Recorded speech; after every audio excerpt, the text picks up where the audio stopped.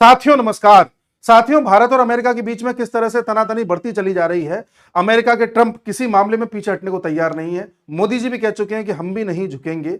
इन सब के बीच पूरी दुनिया में एक तरीके से ग्लोबल ऑर्डर नई तरीके से बनता दिख रहा है और अब आगे क्या होना है उस पर हम चर्चा करेंगे। लेकिन इस सब चर्चा को स्टार्ट करने से पहले मैं आपको एक बैकग्राउंड बताना चाहूंगा।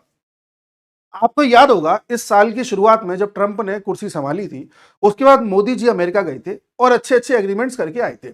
सब कुछ बड़ा अच्छा अच्छा चल रहा था। फिर कभी ऐसा होता है कि भारत पर अटैक करता है पाकिस्तान, फिर भारत जवाब देता है। जवाब देते देते पाकिस्तान को हम धूल चटा देते हैं। इसी बीच अमेरिका बड़ी जल्दी करता है, ट्रंप बड़ी जल्दी करते हैं और एक ट्वीट जारी कर देते हैं कि आज शाम से भारत और पाकिस्तान के बीच में सीज फायर हो जाएगा। यही वो पॉइंट था जहां से मोदी जी समझ गए कि ट्रंप की मंशा ठीक नहीं है, क्योंकि सामने से अपनी तरफ से बार बार कहना कि मैं सीज फायर करा दूंगा, मैंने सीज फायर करा दिया, मैंने सीज फायर करा दिया, यह दर्शा रहा है कि ट्रंप की मंशा कुछ और है। ठीक है साहब। फिर खबर आती है कि ट्रंप की फैमिली के कुछ इन्वेस्टमेंट पाकिस्तान में हो चुके हैं, वहां की क्रिप्टो करेंसी में हो चुके हैं। ये बात भी मोदी जी देख रहे हैं। फिर मोदी जी ये देख रहे हैं कि G7 की मीटिंग में जब वो कनाडा जा रहे थे तो ट्रंप भी वहां जा रहे थे, तो मोदी जी के पहुंचते ही ट्रंप वहां से निकल लिए। और जब वहां से निकल लिए और मोदी जी वहां से लौट के आ रहे थे तो ट्रंप ने मोदी जी को फोन किया और बोला कि आप यूएसए होते हुए जाइए, हमसे मिलते हुए जाइए। और फोन पे करीब आधे घंटे तक बातचीत हुई। तब मोदी जी ने मना कर दिया था। दुनिया को बड़ा अजीब लगा कि यार मोदी जी ने मना क्यों कर दिया, क्या भारत अमेरिका से संबंध खराब करना चाहता है। लेकिन मोदी जी पहले ही भांप गए थे कि ट्रंप चाह क्या रहा है। ट्रंप ने उसी वक्त आसिम मुनीर को यूएसए में बुलाया हुआ था, जो पाकिस्तान का सेना अध्यक्ष है, उसको यूएसए में बुलाया हुआ था। और ट्रंप जैसा एक सरफिरा आदमी किसी भी तरह से कुछ ना कुछ समीकरण ऐसे बिठाता कि एक ही छत के नीचे मोदी जी और आसिम मुनीर को खड़ा कर देता लाके और दोनों के बीच में बातचीत कर रहा होता। यानी कि हम और पाकिस्तान बराबरी पे खड़े हो, ये तो हो नहीं सकता। ये मोदी जी भांप गए थे कि ये आदमी नोबेल पीस पुरस्कार के लिए कुछ भी कर सकता है। चलिए साहब, वहां आप मिलने नहीं गए, आपने मना कर दिया। ये पहला पॉइंट था जहां ट्रंप का ईगो हर्ट हुआ। जहां अमेरिका का राष्ट्रपति किसी को बुलाए और वो जाने से मना कर दे, ऐसे कैसे हो सकता है। पर ट्रंप का ईगो हर्ट हो गया। ठीक है, कोई बात नहीं।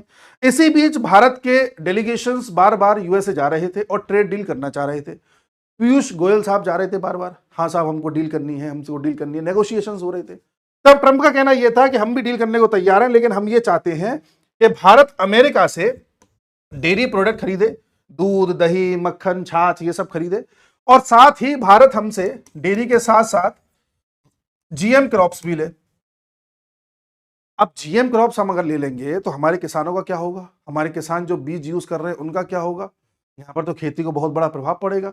डेयरी प्रोडक्ट अगर हम इनके ले लेंगे तो आप खुद समझिए कि जो डेयरी प्रोडक्ट हम यूज कर रहे हैं, आज हमको मान लो दूध लाना है, दही लाना है, मक्खन लाना है, कुछ भी लाना है, तो हम किस कंपनी का लाते हैं। दिमाग में पहले आता है अमूल, ठीक है ना, या फिर मान लो मदर डेयरी आ जाएगा दिमाग में।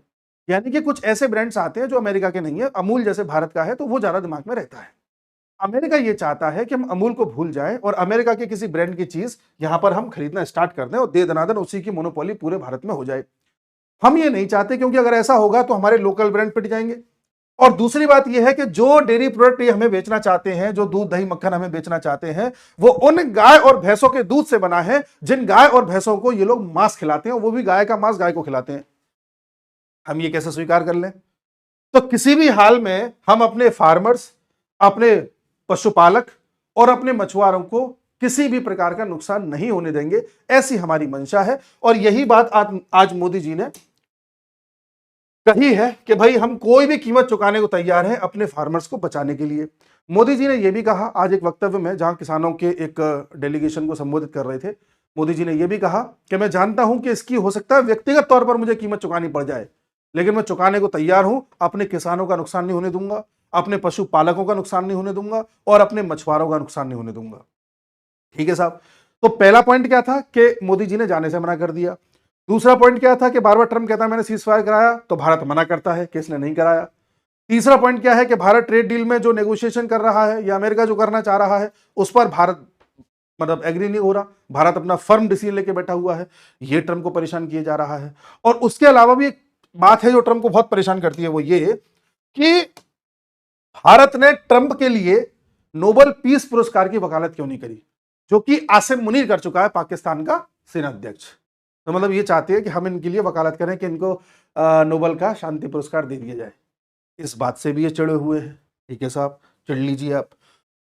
अब साहब एक समीकरण और बन रहा था, बार बार ये धमकी दे रहे थे भारत पर टैरिफ लगा देंगे, टैरिफ लगा देंगे, टैरिफ लगा देंगे, और अंततः इन्होंने 25% टैरिफ लगा दिया, जो आज सुबह यानी कि 7 तारीख की सुबह 9:30 बजे से लागू हो चुका है। एक 25% का अतिरिक्त टैरिफ इन्होंने कल लगाया है, जो 21 दिन बाद लागू होगा, यानी 28 अगस्त के आसपास लागू होगा। और ये जो अतिरिक्त लगाया है ये इसलिए लगाया है क्योंकि इनका कहना यह है ट्रंप का कि भारत रशिया से तेल ले रहा है, इसलिए हम चाहते हैं कि भारत रशिया से तेल ना ले, और अगर भारत ये चाहता है कि अतिरिक्त 25% टैरिफ हट जाए तो रशिया से तेल लेना बंद कर दो। अब ये बताइए, जब पहला इन्होंने 25% का टैरिफ हम पर लगाया, तब हमारे मंत्रालय ने, मिनिस्ट्री ऑफ एक्सटर्नल अफेयर्स ने एक पत्र लिखा यूएस को और यह बोला कि आपने हम पे 25% टैरिफ तो लगा दिया है, लेकिन हम आपको साफ साफ कहना चाहते हैं कि हम रशिया से तेल इसलिए खरीदते हैं क्योंकि हमें लगता है वहां से किफायती मिल रहा है, और 140 करोड़ लोगों के लिए किफायती है, उन पर बोझ नहीं बन रहा, किसी तरह से महंगाई नहीं बढ़ रही, और उनके हितों को ध्यान में रखते हुए हम खरीद रहे हैं, मार्केट ड्रिवन अप्रोच अपना रहे हैं। पहला पॉइंट भारत ने यह कहा। दूसरा यह कहा कि अमेरिका पहले खुद भी अपनी तरफ देखे, वो भी कई सारी चीजें ऐसी है जो रशिया से मंगाता है, और यूरोप और अमेरिका अभी भी रशियन ऑयल को किसी न किसी तरह से मंगा रहे हैं, उस पर भी एक बार विचार करें। ठीक है साहब। इसी बात पर ट्रंप से वहां पर एक मीडिया कर्मी ने सवाल पूछा, एक महिला ने ट्रंप से पूछा कि सुना है कि आप भी जो है रशिया से केमिकल फर्टिलाइजर्स, यूरेनियम जैसी चीजें मंगा रहे हैं। तो ट्रंप चाचा क्या कहते पता है? अच्छा, मुझे इस बारे में पता नहीं है, मैं देखता हूं। अब यूएस का राष्ट्रपति ऐसे कहे जिस बात को पूरी दुनिया जानी है, इनको पता ही नहीं है। मैं भी आपको दिखाता हूं साथियों, यूएसए रशिया से जो फर्टिलाइजर मंगाता है अलग अलग प्रकार के, उन सभी की जो टोटल वैल्यू है वो $1.3 बिलियन है। उसी प्रकार से यूएस जो रशिया से यूरेनियम मंगाता है वो 2023 में, ये तब की बात है जब रशिया यूक्रेन का वॉर स्टार्ट हो चुका है 22 में, तो 23 की बात है जहां यूएस ने रशिया से $1.2 बिलियन का यूरेनियम मंगाया था, जो 2013 के बाद से सबसे ज्यादा था। उसी प्रकार से 2024 में नो डाउट 2023 से कम हुआ है, और अब $624 मिलियन का यूरेनियम मंगाया है। बट मंगाया तो है, ये जो रेफरेंसेस हमने लिए हैं ये मॉस्को टाइम्स और टाइम्स ऑफ इंडिया से लिए हैं, ये मॉस्को टाइम्स से लिया है, और ये भी हमने मॉस्को टाइम्स और टाइम्स ऑफ इंडिया से लिए हैं। तो जो ट्रंप या जो अमेरिका खुद रशिया से चीजें खरीद रहा है, जो यूरोप खुद रशिया से ऑयल और गैस परचेस कर रहा था, वो हमसे कह रहा है कि तुम लेना बंद कर दो। अच्छा, सबसे बड़ी बात यह है कि इन्होंने ही हमसे कहा था 1.5-2 साल पहले कि तुम रशिया से तेल खरीदना स्टार्ट कर दो, हालांकि हम खुद लेना स्टार्ट कर चुके थे। बाद में अमेरिका बोलता है हाँ हाँ तुम सही कर रहे हो, लेते रहो लेते रहो। कारण क्या था? हम रशिया से लेते रहे और हमसे ये और ये लेते रहे। आप कहेंगे ये रशिया का तेल क्यों खरीदना चाहते हैं? क्योंकि रशिया तेल उत्पादन के मामले में दुनिया में तीसरे नंबर पर है, और तेल के एक्सपोर्ट के मामले में दूसरे नंबर पर है, पहले पर सऊदी, दूसरे पर रशिया। तो भाई अगर रशिया को तुम पूरी तरह से सैंक्शन लगा दोगे, उसका तेल कहीं बिकने ही नहीं दोगे, तो पूरी दुनिया में तेल का क्राइसिस आ जाएगा, तेल की कमी हो जाएगी, फिर तेल सप्लाई करने वाले थोड़े बहुत ही देश रह जाएंगे, और तेल होगा कम, जरूरत होगी ज्यादा, तो तेल महंगा हो जाएगा। ऐसी स्थिति में उस महंगाई का असर यूरोप पे भी पड़ेगा और अमेरिका पे भी पड़ेगा। तेल महंगा होता है तो ट्रांसपोर्टेशन महंगा हो जाता है, फिर हर चीज महंगी हो जाती है। तो यूएसए पर अगर असर पड़ता और वहां पे महंगाई बढ़ जाती, तो यूएसए में 2024 में जो चुनाव होने थे उसमें बाइडेन हार जाता। बाइडेन को ये डर था, हार तो वो वैसे भी गया पर उसे डर था, इसलिए उस पर ही असर ना पड़ जाए, उसने सोचा कि इंडिया के रास्ते चीजों को होने दो।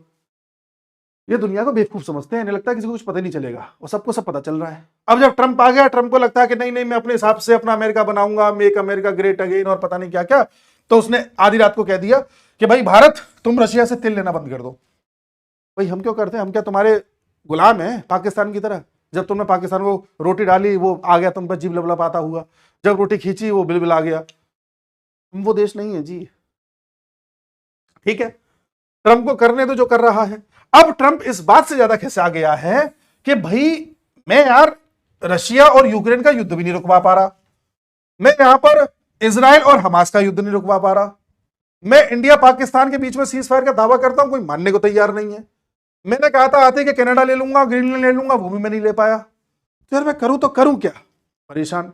इसलिए टैरिफ पे टैरिफ, टैरिफ पे टैरिफ करता जा रहा है, और ट्रंप के हाथ से अब चीजें निकलती जा रही है। निकलती ऐसे जा रही है कि रशिया के साथ तो पहले ही तनातनी हो रखी है, चाइना के खिलाफ ट्रंप लगातार बोलता रहता है, इंडिया के खिलाफ टैरिफ लगा के एक्शन ले लिया है, और रही सही कसर कल ब्राजील ने पूरी कर दी, जब ब्राजील के राष्ट्रपति ने यह कहा, देखिए ट्रंप ने ब्राजील पर 50% टैरिफ लगाए हुए हैं।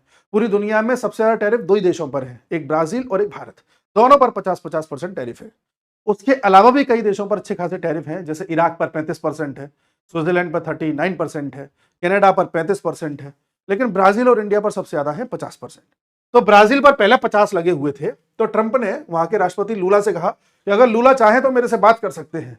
तब कल लूला ने यह कहा कि मुझे ट्रंप से कोई बात नहीं करनी, अगर मुझे बात करनी होगी तो मैं प्रधानमंत्री मोदी से करूंगा या शी जिनपिंग से करूंगा। इस बात पर ट्रंप और चढ़ गया, और शायद ये एक कारण हो सकता है कि ट्रंप ने कल अतिरिक्त 25% टैरिफ और लगा दिए। आप कह रहे होंगे यार राष्ट्रपति लेवल का आदमी है, क्या इतनी सी बात से चढ़ के 25% लगा देगा? हाँ, वो कर सकता है, वो रिएक्शनरी आदमी है। दुनिया की सबसे बड़ी अर्थव्यवस्था, सबसे बड़ी मिलिट्री पावर का राष्ट्रपति इस बात के लिए ललायत है, परेशान है, तड़पड़ा रहा है कि मुझे नोबेल पीस पुरस्कार दे दो, उसके लिए वो कुछ भी करने को तैयार है, तो वो ये भी कर सकता है। चलो साहब, तुमने कर दिया। अब हुआ क्या है इससे? मैंने आपको देखो बार बार वीडियोस में कहा है कि ये जो पूरी घटना चल रही है, ये रशिया के दिमाग की उपज है, और उद्देश्य केवल यह है कि यूएसए को कैसे भी कमजोर किया जाए, इसके डॉलर को कमजोर करके और धीरे धीरे ब्रिक्स को मजबूत करके। अभी तक ब्रिक्स में बाकी देश खुलकर के साथ नहीं आ पा रहे थे, क्योंकि बहाना नहीं मिल रहा था कि यूएसए का विरोध करें तो करें कैसे। लेकिन अब यूएस ने खुद टैरिफ टैरिफ टैरिफ कर करके सबको एक मौका दे दिया कि तुम सब साथ आ जाओ। तो रशिया और इंडिया तो साथ थे ही, अब आप देख रहे हैं इंडिया चाइना भी कई मुद्दों पर साथ आ रहे हैं। मैंने वीडियोस में आपसे पहले भी कहा था कि आने वाले समय में आप देख रहे हैं इंडिया चाइना कई मुद्दों पर साथ आते दिखाई देंगे। ये बात सही है कि भारत और चीन के बीच में कुछ मुद्दों पर मतभेद होगा, लेकिन मतभेद अपनी जगह रखेंगे, सहमति अपनी जगह रखेंगे, क्योंकि बड़े प्लेयर को हराना है। तो ये दोनों भी साथ आ गए, और कल ब्राजील का बयान आया कि हमें ट्रंप से बात नहीं करनी। भारत के प्रधानमंत्री ने 1.5-2 महीने पहले कहा था कि मुझे यूएसए नहीं जाना। उसके बाद दुनिया के किसी नेता ने कहा कि मुझे यूएसए के राष्ट्रपति से बात नहीं करनी। ये बड़ी बात है साहब। अब रहा साउथ अफ्रीका। आपको याद होगा साउथ अफ्रीका के जो प्रेसिडेंट है, 1.5 महीने पहले उनको भी यूएस बुला करके ट्रंप ने बेइज्जत किया था। अब इनकी बारी है कि ये भी इसमें अपनी भागीदारी निभाए। हो सकता है अच्छे से वोकल ना हो पाए जैसे बाकी देश हो रहे हैं, लेकिन आप देखेंगे साउथ अफ्रीका भी ब्रिक्स में उतनी ही पार्टिसिपेशन के साथ आगे बढ़ेगा जितना कि बाकी 4 बढ़ रहे हैं। तो इन सबको मजबूर कौन कर रहा है साथ आने में? ट्रंप। इसका प्रूफ क्या है? इसका प्रूफ देख लीजिए आप। पिछले 7 साल में पहली बार ऐसा होगा कि प्रधानमंत्री मोदी चाइना जा रहे हैं। 31 अगस्त को जाएंगे, 1 सितंबर तक रहेंगे, एससीओ की समिट में जा रहे हैं। पहले अंदेशा था कि नहीं जाएंगे, लेकिन अब जा रहे हैं। उसके बाद खबर आती है, आज ही खबर आई है कि हमारे अजीत डोभाल साहब इस समय रशिया में हैं। तो अजीत डोभाल साहब ने कहा है कि इस साल के अंत तक पुतिन भारत आएंगे। उसके साथ ही चाइना के मीडिया ने भारत का समर्थन किया है और यह कहा है कि जो यूएसए है जिस तरह से खेल खेल रहा है वो ठीक नहीं है। और चाइना ने भारत से यह भी कहा है कि अगर भारत को यह लग रहा था कि भारत अमेरिका के साथ मिलकर आगे बढ़ रहा है, तो भारत कभी भी ऐसा स्थिति में नहीं था। अमेरिका सिर्फ एक तरफा खेल खेल रहा था, जिसमें अब वो भारत को फंसा रहा है। तो चाइना का इस तरह से साथ आना या बयान देना हमारे पक्ष में ये दिखाता है कि चीजें साफ हो रही हैं। उसके अलावा ये भिखारी आसिम मुनीर, पाकिस्तान का भिखारी, खबरें आ रही हैं। अब ये कितनी सही है कितनी गलत है इसका मेरे पास एविडेंस नहीं है, पर चूंकि अखबारों में छपी हुई है, हेडलाइंस बनी हुई है, तो मैं इसकी चर्चा कर दे रहा हूं कि ये भिखारी वापस यूएसए जाने वाला है और पिछले 2 महीने में ये इसका दूसरा दौरा यूएसए का होगा। तो आप खेल समझ रहे हैं? अभी एक चीज और मैं आपको बता दूं। चलो मैं पहले खेल बताता हूं, फिर चीज बताऊंगा। खेल ये है ट्रंप का। ट्रंप बहुत गहरा आदमी नहीं है, बहुत हल्का आदमी है, और हल्का आदमी जब चालें चलता है तो अलग दिखती है। ट्रंप ये दिखाना चाह रहा है भारत को कि ठीक है, तुम हमारा सपोर्ट मत करो, हम पाकिस्तान को गले लगाएंगे और धीरे धीरे पाकिस्तान को अपना बनाएंगे, तब तो भारत झुकेगा। भारत पर टैरिफ लगाएंगे, तब तो भारत झुकेगा। अभी 24 तारीख को अमेरिका का डेलीगेशन आना है जो ट्रेड डील पर हमसे नेगोशिएशन करेगा। ठीक है, ट्रंप की कोशिश ये है कि वहां पर ट्रंप सफल हो जाए, पर उम्मीद यह है कि भारत नहीं होगा। इसलिए ट्रंप ने जो अतिरिक्त 25% वाला जो ब्रैकेट है वो 28 अगस्त से चालू करने को बोला है। अगर भारत नहीं झुकता तो अतिरिक्त 25% भी चालू कर देगा ये, उसके बाद भी भारत नहीं झुकेगा। अंत में आप देखोगे ट्रंप अपने आप टैरिफ कम कर देगा। ये भारत पर प्रेशर बनाने का काम है। टैरिफ लगाओ, पाकिस्तान को गले लगाओ, बार बार रशिया को गले आओ, चाइना को गले आओ। ये सब ट्रंप जो है केवल प्रेशर टैक्टिक्स अपना रहा है जो भारत पर काम नहीं करेगी। भारत इससे भी 4 कदम आगे खेल रहा है। भारत कैसे खेल रहा है? भारत पहले ही समझ गया था कि ट्रंप आने वाले समय में क्या करेगा, जैसे कि मैंने वीडियो की स्टार्टिंग में बताया था। इसलिए जो F-35 का बार बार लालच ट्रंप दे रहा था, वो भारत को लेना तो वैसे भी नहीं था, लेकिन भारत ने इस पर कोई जवाब नहीं दिया था। यह जवाब भारत ने तब दिया कि हमें नहीं लेना, जब ट्रंप ने 25% टैरिफ लगा दिया। अभी भारत के पास ऐसे बहुत सारे हथकंडे हैं जिसका भारत इस्तेमाल कर सकता है। फॉर एग्जाम्पल, अभी आप जानते हैं कि अमेरिका में जो 40% जेनरिक दवाइयां जाती हैं, जेनरिक मतलब जो सस्ते दाम पे बन जाती हैं, जो बहुत बड़ी ब्रांड की दवाइयां नहीं होती, वो भारत से जाती हैं।